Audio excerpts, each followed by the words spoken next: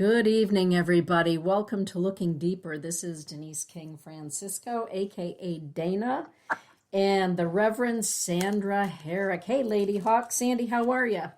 I am fine, Dana. How are you? Happy holidays. Merry Christmas. Here we go. Happy New Year. Happy all of it. Yeah, Todd bought a new sled this evening, and so as I was finishing up with my engagement before tonight's podcast, he was testing the new sled on the hill just outside the house. What kind of sled? What kind of sled and which one of the hills? Yeah, exactly. Right next to the house, into the forest on a new toboggan. Oh, that's hysterical. How long? Enough. Exactly. Hey, Carla Joe, it's good to have you in the chat room, too. For all of you that are out there listening, wherever you happen to be around Grandmother Earth, the chat room is open, and Sandy and I welcome you to join us in chat, as always. So please don't be shy and come on in. Absolutely. Mm-hmm. How many people can fit on the toboggan? 3 adults comfortably. Okay. Yeah. I used to do that when we had big hills in Connecticut on the golf course. And but I also bounced. I don't bounce anymore. Oh, goodness. Hey, Jess, it's good to have you in the chat room as well. We're going to have a great conversation, I do believe, tonight. You believe? Yep. Sandy and I always have a get-together, a tete-a-tete before we have our classes together or our podcast. So this morning we were talking about the podcast tonight and the subject of dark and light and embracing both of those and finding the gifts that actually can be found in dark and light. Kind of rose to the surface, didn't it, Sand? Well, yes, it did. It didn't take much for it to bump into. Yeah. It's one of those subjects that you and I often talk about when we are just, talking to one another, chatting. Right. 2 Scorpios, you can't avoid it. Exactly. Carla Joe is saying, oh no, my sister broke her collarbone riding 1 year ago. Oh, my God. Gail must have. Is that who you're talking about, Carla Joe? God bless. Yeah. As we're getting started this evening, I'd like to give a great big thank you to our friends there in the UK and in South Africa and the Netherlands for inviting Sandy and I to be streamed in your countries via your streaming services. So thank you for the invite. And Sandy and I humbly accepted your invitation. So thank you all. I say thank you. And what I want to say about the thank you is it's staggering to think that we are capable of sitting in the privacy of our home and speak to the world in the privacy of your home. It's a galactic experience from a very modest dwelling. And what a pleasure and what an honor and what a responsibility. So thank you. Mm-hmm. Hey, Tara, it's good to have you in the chat room as well. Good to have you here.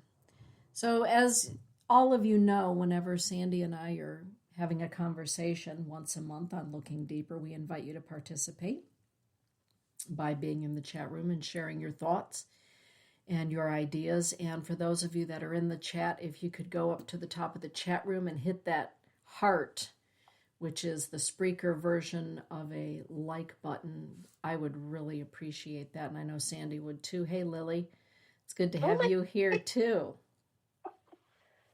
The year-end wrap-up. Sandy, you and I have been doing podcasts together for 15 years now? Something like that. They weren't called podcasts back then. I don't even know what they were called, but yeah. It's stellar to think that so much time has gone by and that it's still an opportunity to talk about something that we always talk about, but each time it's refreshingly new. Exactly. Well, I do believe, at least in my heart and mind, people are drawn to the subject of the darkness and the light, either because that's a realm that they're comfortable talking about or existing within, or because they're afraid of darkness. They're intrigued by darkness. I think everyone feels peaceful or at least comfortable with the subject of light. What is it, Sandy, do you believe that the darkness, what is it about the darkness that draws people in, either their curiosity or their need to be there? You know what I'm saying? Absolutely. I think the two words that you use out of curiosity and need are a major underlined quantum kind of categories. But there's also the subtle seduction. There's also the power struggle or the allure of, can I conquer it, or what's there, or how far can I go in so before I get snagged or caught, or some people do like being scared, or some people like to go in and have bravado about what their experiences are. So there's lots of different of fine lines of what would attract someone to the dark, and also what even is dark. For me, what dark is to somebody else may be, are you kidding me? That's not dark. That's just a little bit of a blip on the screen. So it's interesting. I find that even the dark has layers of stability for people that can tolerate it or use it as a part of their persona and explore it, because it's kind of a highlight in their personality. It certainly gives a shimmer. And we've talked about that, where somebody can say that they have done something, or they do something, or they know something, and it empowers them. It gives them an allure. Mm-hmm. So it's fascinating to me to know what would attract somebody, or what would inspire and encourage somebody to do it. Mm-hmm. Right, and with the darkness, there can be a sense of adventure, in the unknowing, right? Absolutely. Diving headlong into the deep end of the pool, right, and exploring. And there are lots of things that we can find in the darkness. Some of it is, it can be scary. I will be the first to admit that there are aspects of the darkness that I have experienced. Right. That, until I understood more fully what the darkness was, scared the crap out of me. Absolutely. As a child, the worst thing in the world was the boogeyman. Yes. Or to be in the dark and scream and nothing happened and no one came to your rescue. Yes. Absolutely. Yeah. And, as a child, reaching for the light, literally, to turn the light on in the bedroom. Right. Oh my God. Trying to find the light, to turn it on, to dispel the darkness and the things that appeared in the darkness. And isn't it interesting, Sandy, as we get older, all of a sudden, the darkness takes on another texture and another meaning, and provides us sometimes with the most exquisite experiences of our life, whether it's experiences of courage or strength finding, character finding, I did it, holy cow, or going into the inky blackness to ultimately discover the light. Exactly. And even that has the texture of why, what's the motive? What's the agenda? What's the purpose? I will go into the dark to find the innocence, to spare the innocence pain, or to retrieve someone from it. I will go into the dark to howl at the moon and celebrate that the light will be coming. I've been known to go in the dark out of the need to find myself in, layers of my own psyche or my karmic history. So there's many reasons to go in or to interact with. And there are many reasons why it would come calling. It's an interesting dynamic. It has a persona of itself. I will be very honest and say there's dark that is malevolent and there's dark that's benevolent. And I've touched both. So when it's not scary, I feel just fine in it. And it is, oh, baby. Mm-hmm. Right. I can still be entertained and run. There are aspects of darkness that brings peacefulness. Yes. And rest. That's the time of the year that we're in right now. Exactly. Winter is the time of the dark, of introspection, of going within. And depending on how far within our own psyche and experiences, etc., that we are capable of going on our own, or maybe we need help with that, which is fine too.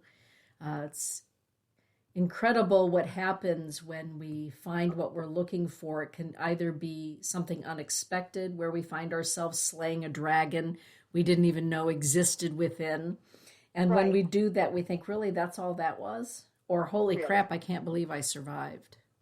Exactly. The spectrum is completely balanced in this was horrible to, oh my God, we championed.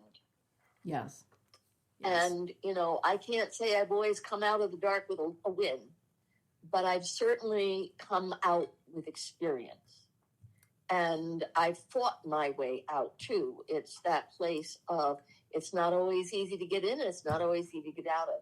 But everything in there is a opportunity to not just learn or to befriend the light, or to find out who your allies are, who your companions are, that are there at our beck and call to help us during a very dark time.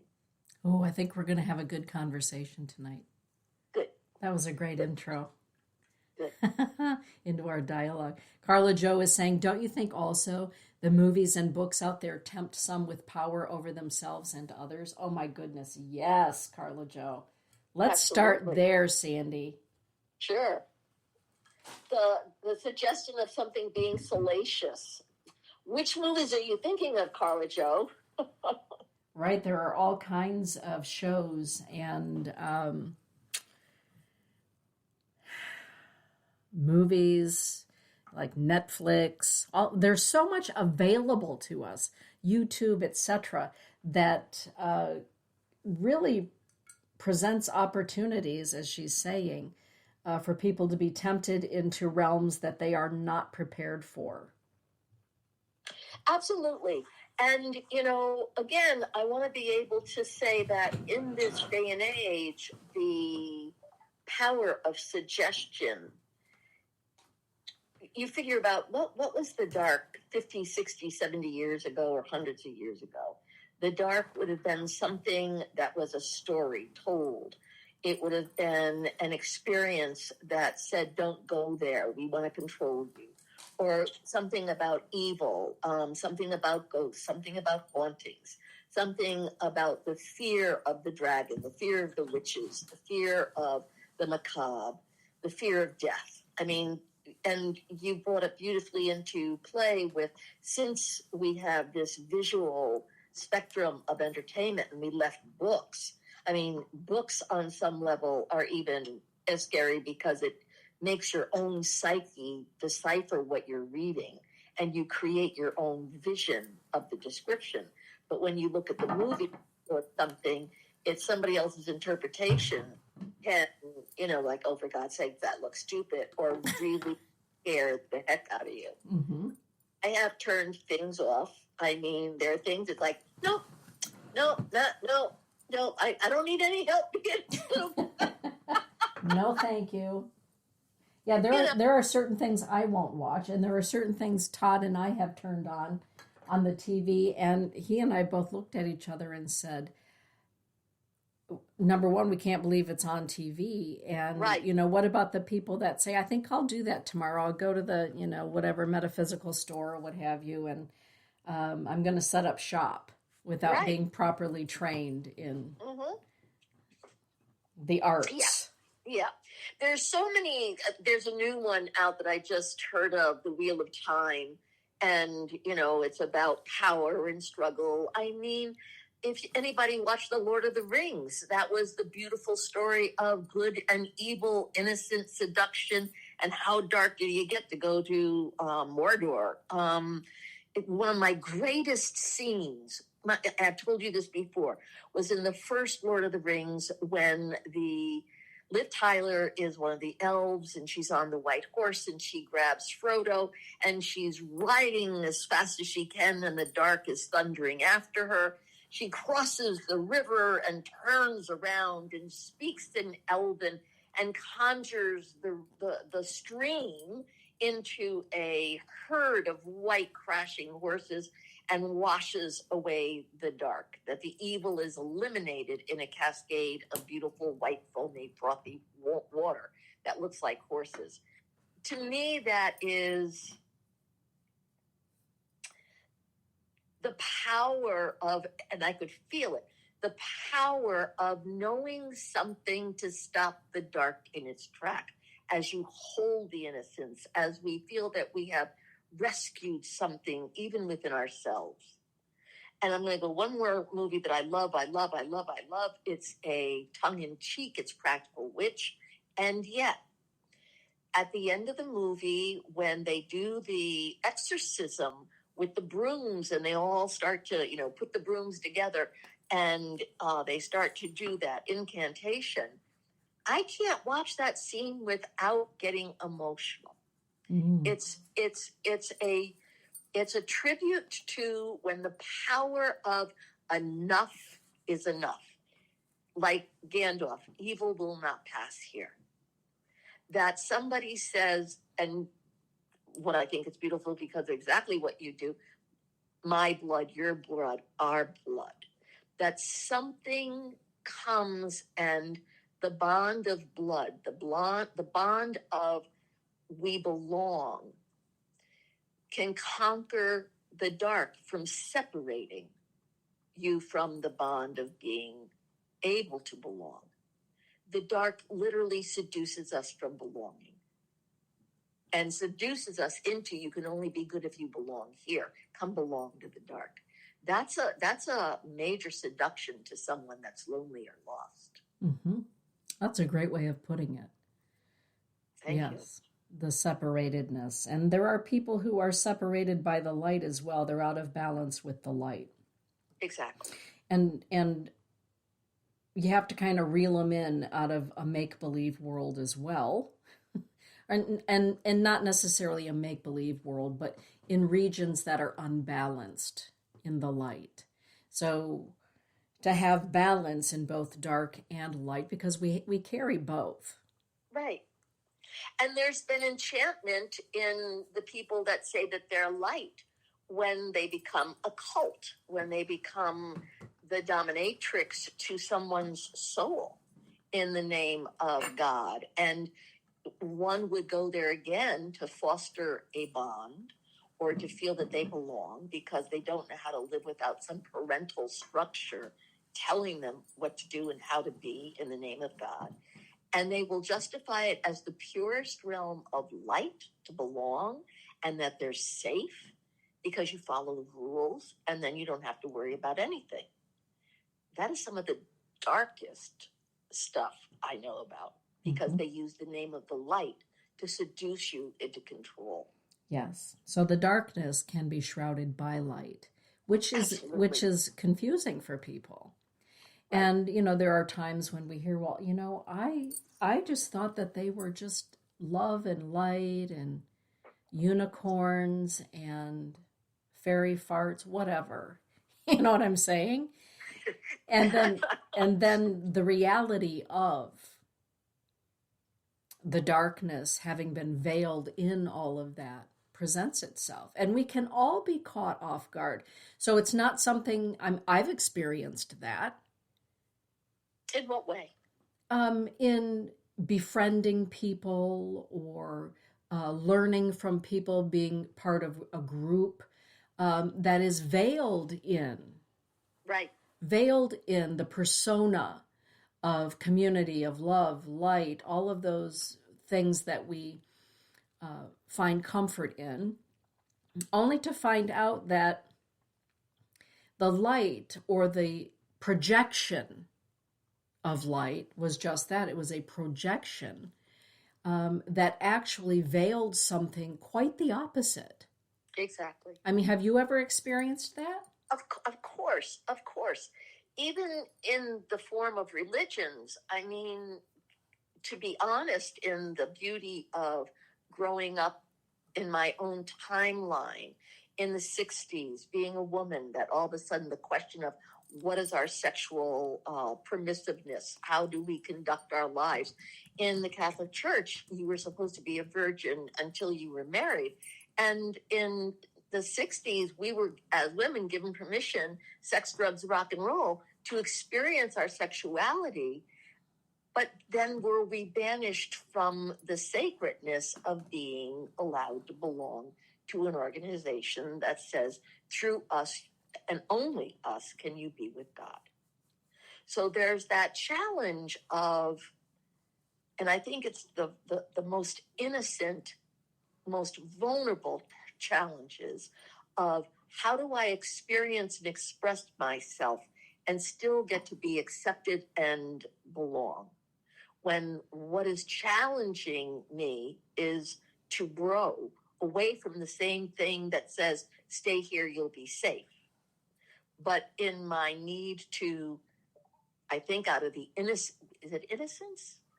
Maybe my hormonal drive of how do I find my autonomy? How do I find my identity? How do I energetically go against something that it may not just be a choice. It's a physiological manifestation of human conduct. It's what we do. We act out. We grow up. We thrive to be the same and different all at the same time.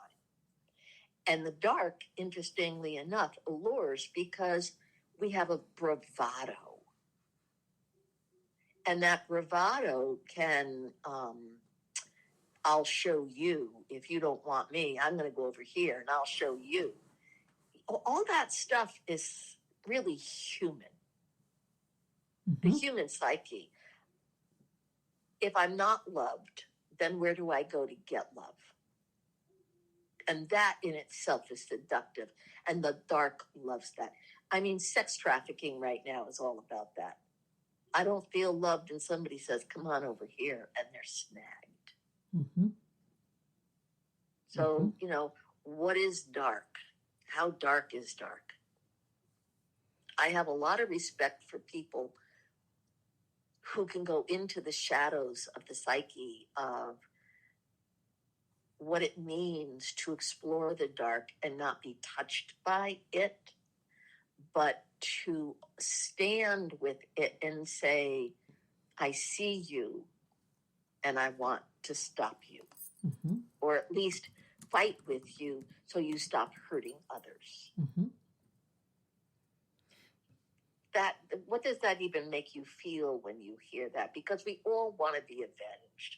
We all want somebody to rescue us at some point, or hope somebody hears we need help.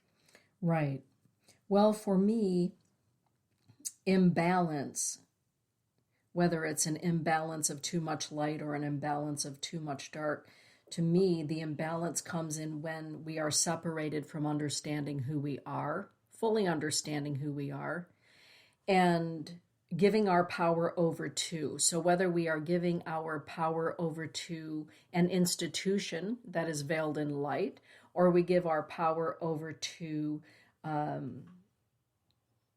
the promise that darkness gives us, sometimes is revenge, or being the equalizer, or, as you say, seductive in a variety of ways. Right. Either of those separates us from understanding our true nature. And it keeps us confused. Bingo. And this is, Sally is in the chat room as well. Hey, Sally. Hi, Sally. She brings up the word discernment. And I believe that discernment oftentimes comes with age and having traveled through the, the darkness of the valleys of death and dances with the dark night of the soul, I think is where we learn real discernment. Don't you, Right. Sandy? Well, it takes experience to give you wisdom. Yeah. And you only get to have that by having the experience. Yeah. And it's one of these tragedies that if I don't have experience, where's my credibility? If I don't go out and learn and fall, do I ever learn that I can still get back up? And, again, when you say, and I'd like to kind of explain my interpretation, your interpretation of giving the power away. That is a very new age word, a very phrase, a very therapeutic phrase. And it's only within the past maybe 10, 15 years that it's really given as, well, you did that. You gave your power away to somebody. And it's a confusing statement. It's like, well, how did I give my power away? I just fell in love. Mm-hmm.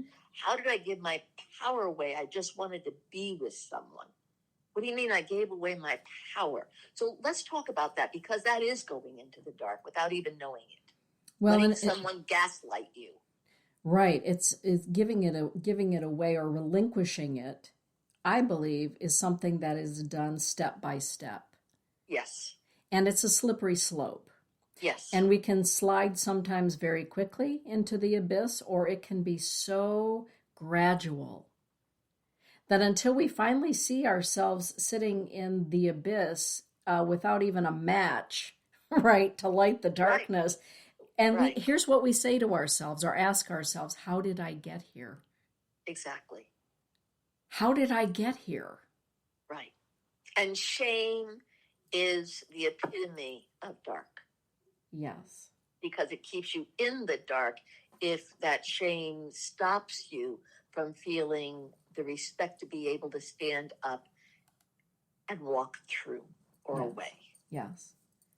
Oh, I like that.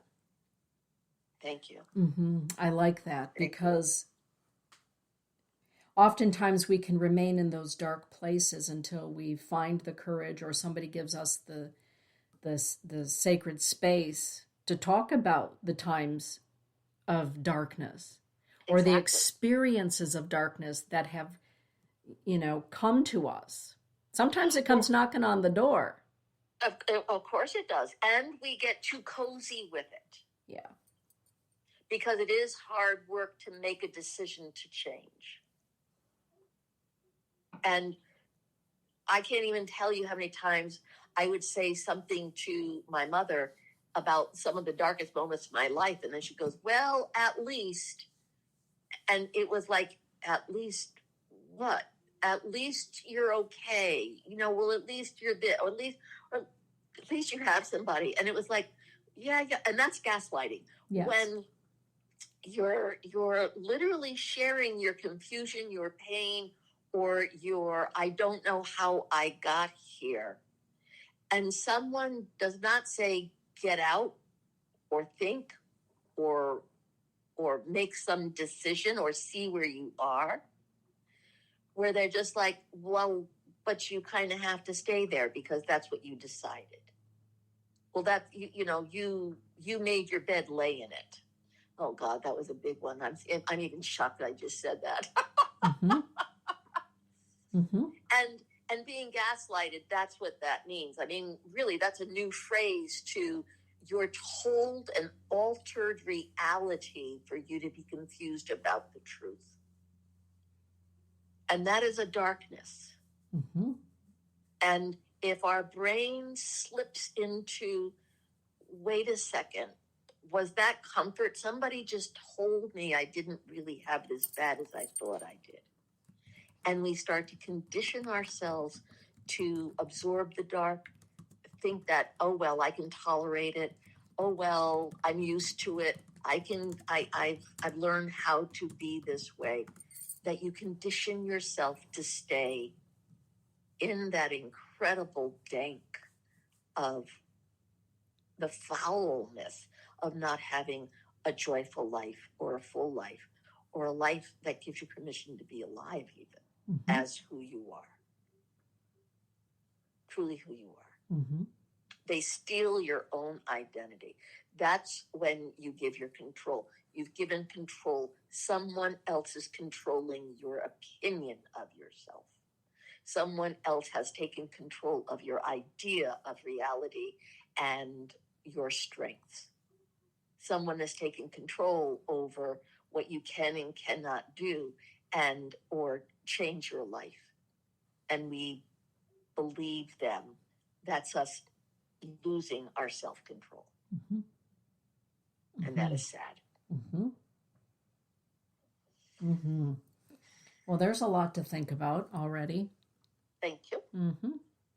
So when we talk about darkness and we talk about the darkness that comes to visit our psyche, our emotions, as we were just talking about, our mental stability, sometimes on the spiritual path, I'm going to guess that most people listening to you and I, wherever they happen to be around Grandmother Earth, are or would say that they are on a path, that they have a practice.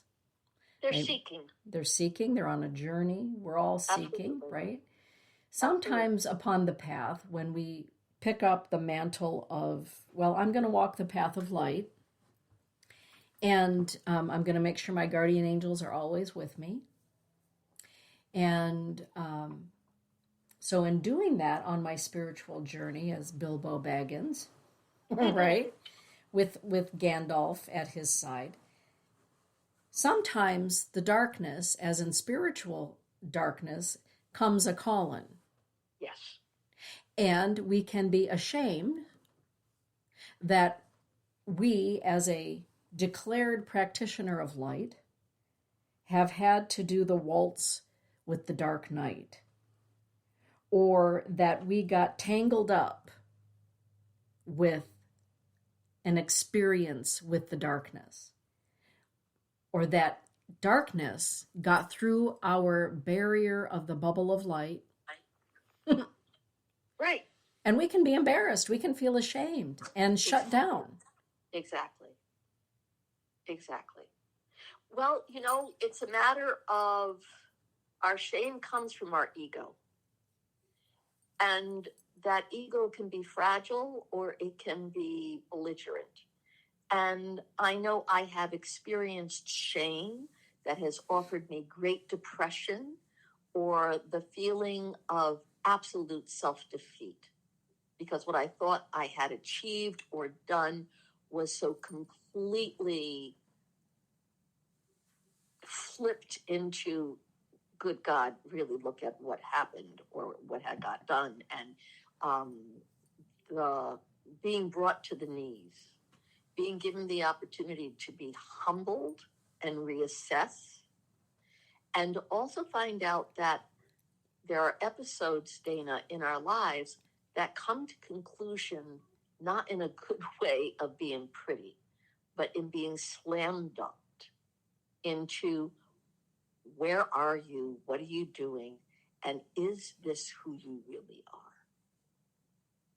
And unfortunately, people do enjoy watching others get shamed and put down.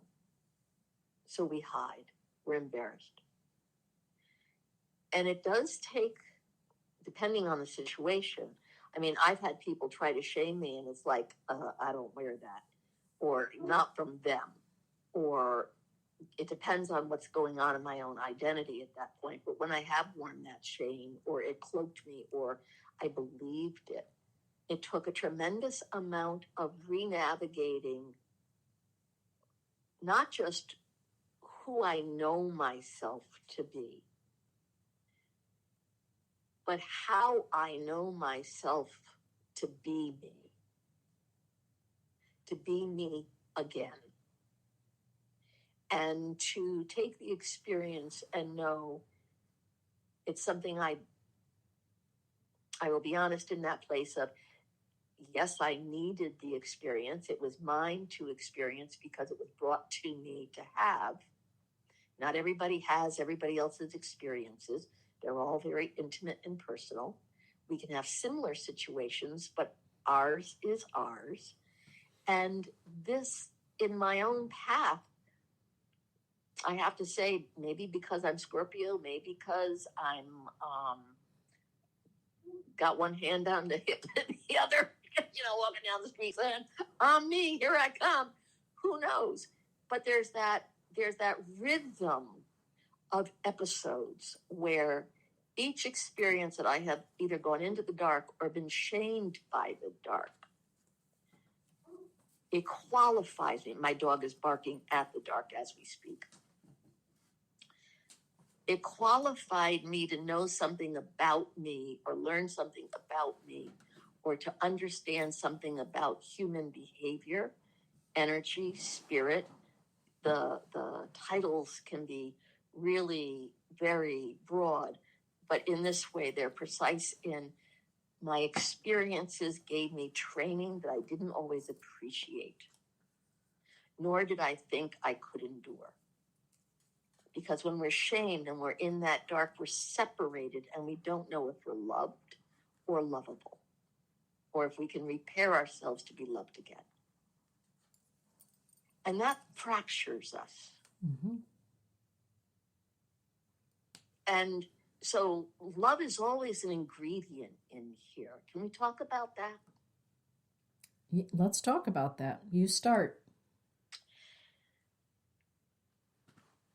When that place inside us that wants to feel love or be loved, when we can experience love and we take it for granted, or we feel that we're not loved and how do we earn it or how do we acquire it? Love is or the feeling that you are loved or that you love someone can drive you into the ecstasy of, oh my God, I'm loved. Aren't I lucky to?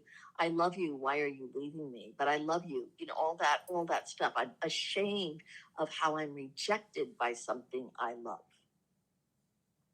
And when we're in the dark, there's that slight or deep fear that the light or the holiness just rejected us or abandoned us. Will it love me? Am I still good enough to be loved by the light? And for me, it's not a matter of I'm only good if someone loves me. I have to remember that I carry love inside me for life, and I'm willing to come out and love life or start to love life and experience life as an act of love toward me and toward it. Without the people aspect, just I love the sunrise. I love waking up in the morning. I love, okay, I can find the day. And that love that I'm talking about is if you wake up and you're agony, and I have done it where I was agonized to wake up. Like, oh, God, I woke up. Quick, go back to sleep so I don't have to face the day because of shame. To finally know that there was something in the love of a color of a flower or the love of the fresh air or the love of the season that would give me the opportunity to reestablish I can just be in the moment with today. I love this atmosphere. I love this environment. And to me, that has the quality of establishing our sanity and our center. That does not put our power into somebody else's hands to say, if you don't love me, I don't exist. Anytime I've gone into the dark or been challenged by the dark, I had to remember something about my self-worth to almost turn the light back on, at least have a flicker that says, you got this, Sandy. You got this, Sandy. What are your thoughts, Dana? Well, as you were speaking about love, it occurred to me that there have been times in my life when love has come disguised as darkness. Yes. And I didn't Absolutely. recognize it as love at the time because all I could see was the darkness. Oh, really? And so sometimes, we talk about tough love, we talk about accountable love. I mean, there are many forms of love. And oftentimes it's that accountable love that we think, oh my, really? I'm being held accountable. Do I have to? Do I have to? Crap. But there have been times in the spiritual plane, Right. as a spiritual woman, where purposefully the love was so deep and so great that my teachers on the spiritual plane appeared to me as abject darkness. Only at the end of the lesson or the teachings to reveal themselves as light, and a light that loved me so much, knowing that it was going to terrify me and scare me, but did so in the love that is the supreme teacher. That takes a lot of believing. It takes a lot of believing. There was a period in my life when Elise was first born that every single night for 1 year I dreamt about a demon. Every night, and every night I would wake up in cold sweats, yelling and screaming, and it was the same. And I would pray every night, whatever I had to pray, a rosary, a novena. Oh my God, what's happening to me? Why does this keep occurring? And exactly 1 year to the day that those dreams started, I was able to slay that being. And in honor of that experience of light and dark, I actually burned some St. George incense tonight. It came from a monastery in Greece, right? St. George slays the dragon. So on that very last night after 1 year, I slayed the demon. And when I slayed the demon in my dream, and I was exhausted and sweaty, and the demon in all of the parts that I chopped it up into brought itself back together, and it stood up, and it was the Archangel Saint Michael. Wow. And it was the most brilliant angelic being I've ever seen in the entirety of my existence. And he stood up and he looked at me and he handed me his sword and he said to me, "You've earned the right. You've earned the right to walk with this knowledge of the dark." And in that moment was this like soliloquy in the dream time about, I loved you enough to provide so much darkness because I knew in this darkness, this deep darkness, you would understand the dark and the light and your ability to walk between them. And it was that very same night that Dane, who was all of 3 at the time, dreamt the same thing that I did. And he came running up the staircase and he woke me up out of the dream, and we were having identical dreams. So, and that's, on the spiritual plane of things, but sometimes even in the roles that we play for one another on this earth plane, we encounter people who provide such an inky black darkness that the resulting brilliance of light is equal to that darkness. Does that make sense? Yes. And for me, in the ethereal atmosphere of your dream, I want to be able to say, were you ever, or ask, were you ever harmed? It sounds like you were very, very frightened. Were you ever harmed? No, I was just absolutely exhausted. And, having 2 little kids and running a household and working for 1 year, I was in absolute exhaustion. Exactly. So therefore, in the dark in that aspect, the good news is you were never, ever hurt. You were challenged. Very challenged, yes. That's a great way to put it. Yeah, and that the entity transcended into a master teacher that gave you the spectrum of a master class at a very vulnerable time and loved you enough to take you through this, not harm your children, not harm you, not harm your soul, but to quicken it. Exactly. And at the same time, question my faith. Absolutely. I mean, I lived right next door. Identity. Yeah, I lived right next door to the church.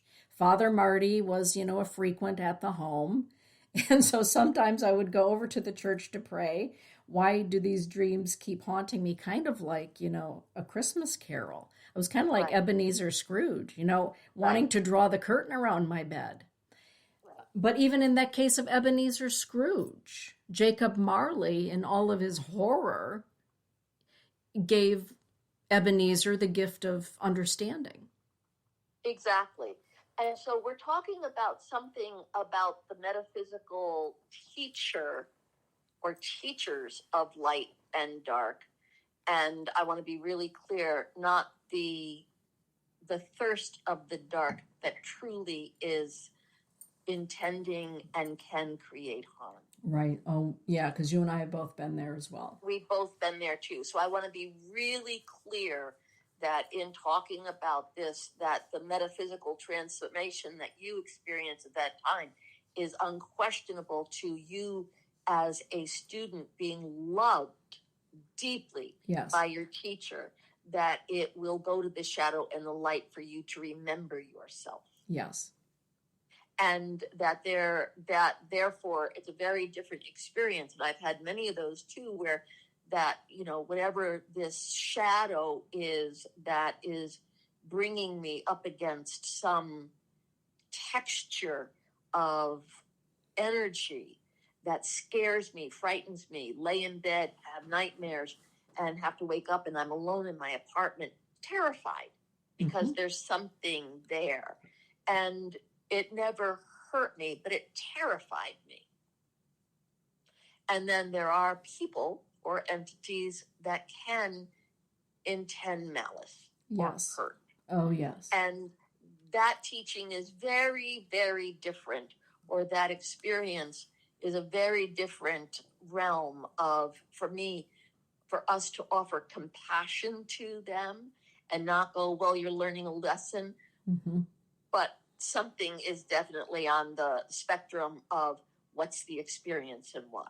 Exactly. I mean, that's a treacherous course that has to be very delicately talked about. Exactly. Then we're talking about malfeasance and evil. Exactly. Exactly. You ever experience malfeasance and evil, Sandy? Oh, God, unfortunately, yes. Yeah, me too. Unfortunately, yes. And it's that kind of thing where the very first thing I want to do, even before I speak about it, is to let the light be here, the prayer be here, the beauty of an education that is being, shared, rather than bringing honor to something that, had to be conquered or challenged. And, something, I won't tell the story because I really don't feel the time for the story is right here. But what I will say is that to wake up in the morning and go out and get a cup of coffee and it's dusk, and come back into the bed and crawl in out of the absolute joy of, oh, I'm going to get back into bed and have my coffee, and something lick me and go, that ain't right. Yeah. Yeah. And know that I was put on notice, placed into notice, and went into a psychic dimension of being called to a fight. But it was a fight with a dark evilness that's been lurking for a long time, and all of a sudden there it was. And that kind of vile, is arrogant. Yes. And believe me, I did not get arrogant in its presence. It's just like you. You go in, you pray, you do whatever you need to do, you call on your allies, but calling them and praying doesn't stop the experience. Right. And I think that that's really an important phase here, to be able to say that when that type of energy comes, you want your allies there for backup, security, and even for let them go into the dark first. But to know that you're not alone. And anytime I've been challenged like that, it has resolved in good news. So therefore, no, I've never been captured. No, I've never been raped. No, I've never been taken by something or overpowered. I've been threatened and have been able to get away. I mean, that I will say. But to have that kind of evil that you feel you lose your mind or you're possessed or something haunts you, that is a very different treacherous realm. And that deserves exorcism. That deserves, please help me. That deserves, you don't have to do that alone. You need help. You don't have to suffer alone. There are remedies. There are forms of conduct that can be offered to get you out of a psychological or a spiritual torment. I've been harassed. I have been violently harassed, but I've never been mistreated to the degree in the darkness that I can say that I've been harmed by the dark in the spiritual teachings. I've been humiliated. I've been insulted. I've been scared to sweat, scream, and cry for help. But I've never been harmed. And to say that I'm grateful for that the way that I've been taught has that generosity to it, is really quite spectacular. I deeply appreciate that. Mm-hmm. And believe me, there's a dark, can go so dark that we believe that we've lost our minds. Yes. Or that we have. So I want to honor that too. And there's always a pinhole of light that will at least attempt to allow the air to get to you if you're suffocating. Something. I mean, it's, I feel like I'm treading on something that is kind of like, how do you offer hope when somebody's really threatened? Mm-hmm. And if that hope needs to come to you in this conversation we're having, may you hear that there's hope and find a way to find the light. Know that it's here for you. Mm-hmm. My heart ached just then Mm-hmm. in saying that. So Mm-hmm. whoever we're speaking to, amen. Mm-hmm. Mm-hmm.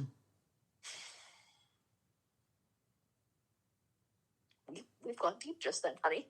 Oh, I know. I've been thinking in this moment, listening to you and seeing the faces of clients that have come to me who have been physically harmed. Yeah. And reminding me of when Elise was quite young and she would wake up with scratches, bloody scratches on her body. And, how what I did Uh-huh. and what I was trained to do. Yes. To counter that. Yes. And at the same time working with that and working with mothers with other, their young children who were physically tremendously harmed by, and teaching them, the young ones, their own version of the defense against the dark arts and malfeasance. Right. And so I've been doing that work for, 30 years, almost 30 years with teaching other people, but particularly when it came to my own child and witnessing, her waking up in the morning early and scratches, bloody scratches in places she could not reach on her own. Mama bear, let's just say, came out very quickly. And even as a toddler, watching her being tormented by the darkness, and 2 years old in her Barbie nightgown with the silent scream, so terrified, Right. and being able Right. to see the spirits who were tormenting her. But that would parallel, the dreams you were having of fighting the dark. Right. And so it was immediately for her, and for me, understanding who she was, because you know what? If you have a light, the dark is drawn to it. And not because you're a bad person. It's not because she was a bad child. It's not because these other people were bad parents. It's that the light that we exude sometimes is so bright that it's challenged by that same degree of darkness. I mean, that was one of the best teachings I ever learned from Lori Bruno out in Salem. And I adore that woman. And I remember saying to her a few years back when you and I went to visit with her, and I said to her, Lori, does it ever get any better? Does it ever get any easier with the darkness and the light? And she, you know how she does. She leaned back in her chair. She tossed her head back and she whipped her head forward laughing. And she said, oh my goodness, no. Right. The degree to which your light shines will always be met by that same degree of darkness. How else are you going to learn about who you are? Exactly. And I went, oh crap. But she said the great news is that all along the way you're learning how to stay in balance with it. Exactly. Trust and what you know. There's the yin and yang. And there's the yin and yang. There it is. There's the night. And so I want to bring it back to the fact that we are qualified at times. Absolutely. To go into the spiritual realm and identify the fact that light pisses the dark off. Rattles a few cages, doesn't it, Sandy? And the dark fights the dark. They don't just come after the light. If anything's a little bit lighter in the dark than what the dark is, the competition is always there. Chaos is chaos. Chaos is chaos. And the shadow loves chaos. It thrives on it. Yes. And I think it's important to be able to share too that chaos is friction. It's if something's wrong, how do you decide to start equalizing it and come out of the chaos and have sanity? Yes. True. And what is sanity? Right. Gaslighting is the most insane formula to eat sanity I have ever seen. Mm-hmm. It's very good at questioning your own sanity. So it's that thing of how do we remember who we are, think our own thoughts, and have faith in ourselves. And that's because becoming balanced is an incredible art of being independent. Yes. That's the best way I can say it ever. Yes. And independence has a cost, oftentimes. A huge cost. Because that means I don't sacrifice myself for someone, nor do I ask them to sacrifice themselves for me. Mm-hmm. It takes us out of need or neediness. Mm-hmm. And in your own independence, then you get to see, who are you? What do you like to be or not like to be? And then you can start identifying, am I light? Am I dark? Am I both? I mean, my shadow is pretty rich. I got a personality. What can I tell you? But my light is also intense. So, and I want everybody that's listening to us, we don't always know what dark is, and we don't always know what light is, because that's part of the mystery of our own psyches, giving us the answer to nothing until it's time to learn. Mm-hmm. I mean, that you don't go to college the first day you go to kindergarten. Right. There's that beauty of what do you receive? And it's pretty much when you need it or how you need it. Yes. And if nobody needs to learn anything about the dark, then don't bother. Mm-hmm. If you're going to, it's already started or it's headed to you, and get ready. But not everybody has to explore that. Have you experienced people who haven't explored the dark? Oh, yes. Yes. And what are your thoughts? Well, for me, and I don't mean to offend any Tupperware salespeople that might be listening, because I like Tupperware. But for me, it's like talking about Tupperware at a dinner party. I'm drawn to, and it's just the nature of who I am drawn to people who have walked through hell and back and have a story to tell, either verbally or on their face or in their actions. Right. I'm drawn to those people. Right. And so the people that kind of live a Tupperware life, Melba toast, I think some people refer to it as, and I honor that. I'm not drawn to that. I don't find satisfaction in that. Those kinds of conversations or relationships, I respect them. But I want to know about when you walked through hell with your hands full and no shoes on your feet. That's what I want to know about, and how you got through it, and what you saw along the way. Tell me about that. Right. Explain to me the scar that you're wearing in your psyche or in your brain or in your heart. That's what I want to know about. Right. Yeah. And there is, and I really, again, I want to honor this, that, you know, when we look at the spectrum of people's astrological charts or how they're born or where they're born, some are absolutely, I don't have to do that because it's not what I have to do. And they get on very, very well the rest of their life, never having to do it. Yeah. And when I've learned that that's not the way of life for me, this is important. I was confused. And I mean confused because it was like, well, as a teenager, you don't know you have options. You kind of discover that something's not working. Something doesn't fit anymore. Something expands in a different way or pulls you in a different way. And it pulls you out of your own sense of normal or what you hope normal would be for you. And I think that's really part of the stretch of when you don't fit, instead of just feeling like I don't belong, that's when you put your walking shoes on and find out where you do belong. You have to become an explorer. Yes. And see the life as an explorer, not as punishment, but as the opportunity to gain a different point of view by going to other views to experience what it looks like. Yeah.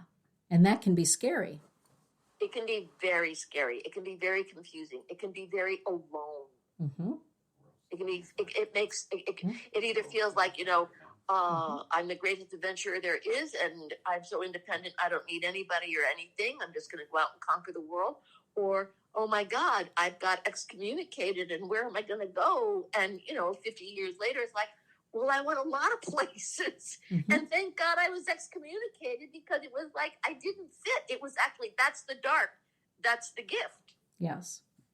Being excommunicated in its shame or in its like, oh, poor me, or I don't, all this other stuff. After the fact, it was like, how on earth did what was I thinking? And other people thought, Sandy, we all knew you weren't going to fit. What was your problem trying to fit in? Mm-hmm. It was like, oh, I wish somebody told me. And it's that beauty. Again, where's the love? It's like, how am I going to get love if I don't live a normal life that makes what love looks like normal? Right. None of the acts of love I have ever experienced can be classified as normal. Mm-hmm. They're wild, they're wonderful, they're from all different, they're from the dark side of the earth, the light side of the earth. It's from, oh my God, I'm thrown out again into something that benefited me in the long run. But each transition wasn't, yay, I'm done. It was like, oh shit, here we go again.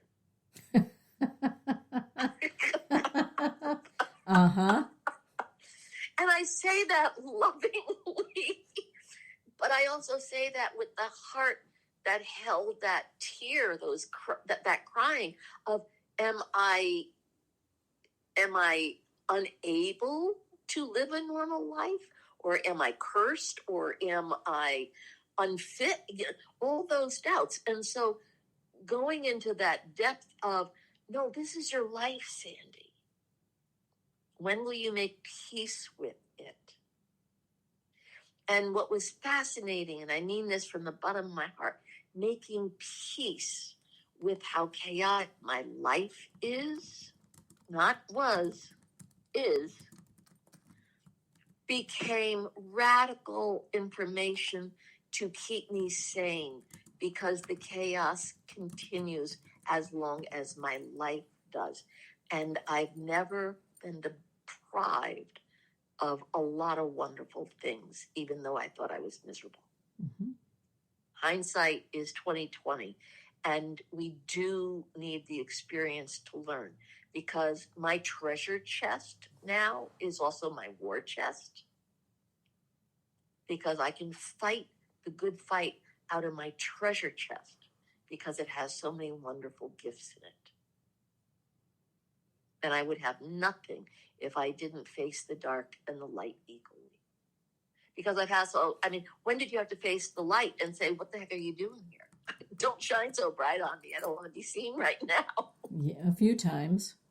Yeah. Or don't ask me to be that good. I don't want to be that good. I have an attitude. I'm angry. Mm-hmm. I would like to see a little revenge. Mm-hmm. Don't ask me to be good. And yet it comes down to our integrity. Right. Mm-hmm. It all comes down to our integrity. Mm-hmm. When has the light pissed you off, Dana? Oh, when it's not when it's not real. Yes. Here's the thing, and anybody who knows me knows me. When people deny the existence of the dark, yeah, that's when the light really angers me, because it's a projection of falsehood. right. The dark exists on the playground of life, in the physical world and the non-physical world. There are bullies on both sides of the veil. That is so true. And I'll tell you, for myself, I don't have as much gold dripping off my body as Lori Bruno.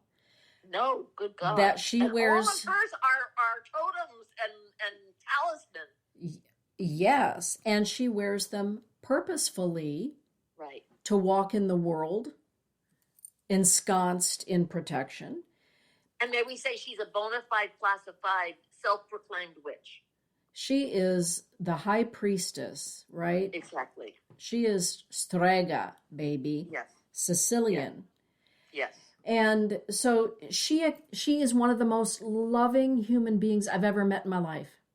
True. She exudes light at a wattage that can be off-putting because it sees through the bullshit. And she's Cher on steroids, let us all be clear. Yes, she is. Spectacular. But simultaneous to the brightness of her light is her understanding that we are all of us, walking on Diagon Alley with creatures and creepers in the physical and non-physical world. And people who deny that out of their own sense of superiority or weakness or whatever it happens to be, just uneducation, being uneducated, I don't know. But that makes me go out of my mind, because they both exist. There are some people that I know that only want to talk about the fairies. And even when they talk about the fairies, they don't talk about the mischievous aspect of the Fae realm. Those buggers are mischievous. So to deny the existence of the dark bothers me, because it's to deny the existence of half of what exists. within us and outside of us. And so for myself in the morning, I dress my body appropriately. I dress my energy body appropriately, my psyche appropriately, because I'm very well aware. And I do understand that most people who would be listening to this conversation right now would be thinking, I don't even know what these two are talking about.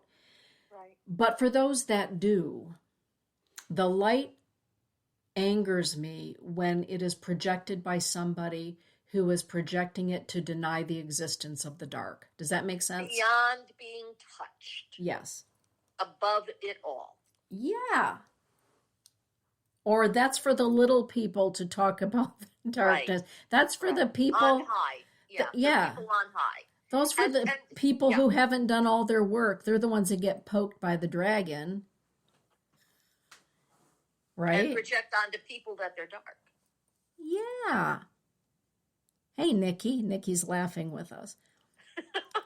I mean, go, Nikki. Yeah, go, Nikki. That is some BS. So you might as well be aware of the bullies on the playground. Don't just say everybody out there in the world is marvelous. Kumbaya, let's have some s'mores. It's that righteousness that the dark is now light, or the light is now dark. Because for me, it is when somebody is so out of, quote unquote, reach from the dark, or say they're untouchable. They're constantly in the state of judging anybody that has been touched, which would possibly then suggest to somebody who has been touched that they are untouchable, They're unlovable, they're less than. And I mean, you and I have said this 1,000 times over the years that we've been talking on the radios. It's that part of the new age in my anger at it is that it said, if you can figure it out, you are free from pain and suffering, and you have got the rainbow, you've got the wealth, you've got the keys to life. And all you have to do is be light, be light, be light. And if you had anything less than light, you were not good enough to be in it. You didn't figure it out. You were a failure. Yes. And so my antidote to that is, it is proven wrong that if you do your prayers, you are spared. You do your prayers to get you through it, to give you the wisdom while you're in it, and to offer anybody the support that needs it, that they too can. Yes. It's not just spare me from something, it's to get me through it. Mm-hmm. Yes, please, I don't want to suffer. Yes, but when that's what prayers are for, that when someone is suffering, you elevate. So when light insists that you're less than, if you have a thought of a shadow, or you can't figure it out, or you're not bright enough, that is gaslighting. That is an absolute bully. And that's somebody who is already envious of the fact that you are going through something they could never even begin to deal with. Mm-hmm. And it's reality. That's reality. Tara is asking the question, isn't that when karma is supposed to kick in to challenge those who think they are better or holier than others? What about karma in these situations? Well, it comes when it comes. I mean, that's a great statement. Isn't that when? We never know when karma's going to kick in. And, I've been known to pray for it. Can you get busy over there? Can somebody get theirs, please? And that's why normally we say fondly, oh, what goes around comes around, or they'll get theirs. I mean, there's a few times I was like, well, they're getting theirs now. I take pleasure in balance. and the satisfaction of, okay, is karma doesn't always happen in the instant that we see something bad happen. Maybe it takes a lifetime, maybe it takes generations. I always want karma to be honest, and I believe it is. But I have to say that I have been challenged with it hasn't happened on my time frame when I wanted it to sometimes, even for myself. It's like, can I get the good dharma now rather than the karma? And it's that place of balance, just like Dana was saying, the balance of the energy will find its own pendulum. And that stroking of what goes up must go down. That swing is constant. Mm-hmm. And karma is a tricky thing, because if there's anybody who will face karma when it's time, is those that think they're out of reach of it or beyond it happening. Mm-hmm. It's shocking what can bring someone to their knees when they think they're beyond it. The fall from grace. The fall from grace. And, and I really want to be humble here in saying karma's not pretty to watch at times when it really does come devouring. And I want to say the movie that, I kind of talk through movies. The movie that just came to my mind is Ghost, when, it was one of the perfect movies to show when somebody passed away and those dark things came and took them away. And it was like, oh, dang, okay, good, they got theirs. But it happened after the fact. And there's that thing of, you know what, with the integrity and the light is there. Mm-hmm. The karma sometimes comes at the end of our life, not necessarily during it. So it's a tricky thing, karma. Mm-hmm. Carla I Jo don't is want to saying, wish it on anybody. yeah, karma comes in her own perfect time, Carla Jo said. Yeah, well, this she sashays through. That's right. This conversation, as we're wrapping up, reminds me of a line from Harry Potter when Dumbledore says to Harry, "Help is given to those who ask. Help is always given to those who ask." And I believe that that's true. When we find ourselves in times of trouble,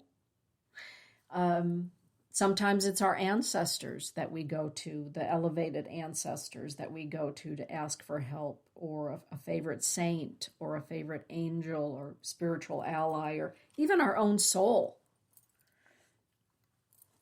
A favorite avatar or ascended teacher. When we ask, we don't always know how that help is going to appear. We don't always know what it's going to look like, let alone the timeline.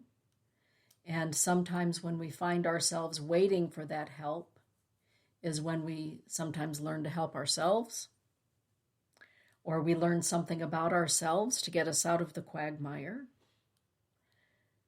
But I have found in my 59 years, I've always found without exception, and this is just me, I've always discovered that the light always prevails. Right. Always. Right. And sometimes that light is a long time coming, Sandy, and sometimes it is barely the size of the head of a pin. But by golly, that light has always either appeared or it's been there and I've had to find it. Right. Or I've had to help others find it. Right. Turn around. Sometimes we're just looking in the wrong direction. Yeah. That's my experience. I've never experienced where the darkness, and I'm talking about malfeasance, not the darkness of addiction or those types of darkness, but of spirit. Right. The light is always the one that prevails. And for me too, because I sit here in this moment knowing that the light has gifted me with its promise of its existence. Yeah. And I had to remember it. And just because it promised me it existed doesn't mean I could get lazy or say, okay, well then do something for me. It was, let's work together, Sandy. I'm here keep coming. Let's do this together. Mm-hmm. But the beauty of you're tired, lay down, rest. Let me put you into the dark so that you can be quiet, and I'm right here. Yeah. And in the morning, I will rise. Right. Or let's go into the dark to give birth. Exactly. Yeah. So. Well, Right. Thank you everyone for hanging in there with us for an extra 20 minutes. Wow. It was easy. Show. It was easy. Thank you, everybody. And thank you to everybody who follows us on Spreaker and everyone who likes our shows and shares the shows. We appreciate you. We appreciate each and every one of you.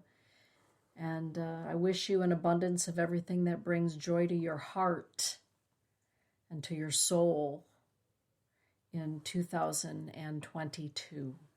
Wow. Wowie. Wow. And for me, really, Happy New Year. This has been a globally challenging year. It has been one of the most globally connecting years that I have ever experienced in my 74 years, where it's no longer just, we're on the internet. We're all in the same soup here with whatever the pandemic is and how we have to reestablish our identity in what is comfortable and loving, and the familiar has been ripped away from us. And so the dark is challenging us in many, many ways to stay true to yourself and know that love is here and this too shall pass. And I want to bless everybody, offer a blessing to anyone that has been touched by this incredible threat to humanity in this pandemic, that they've lost their family or lost a loved one.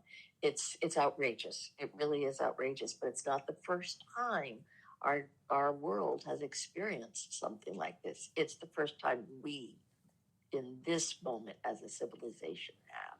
And so it's our turn, and this too shall pass. So in 2022, I'll be on the other side with Dana, and I look forward to being there. Thank you for doing this with me, Dana, and thank you for everybody that's not just listening, but wondering what to listen to and thinking that we are worth your time. Thank you very much. Beautifully said. Thank you, everyone. Blessings be. Hold the light. Hold the light. Hold the light. Good night, everybody. Dana. Good night.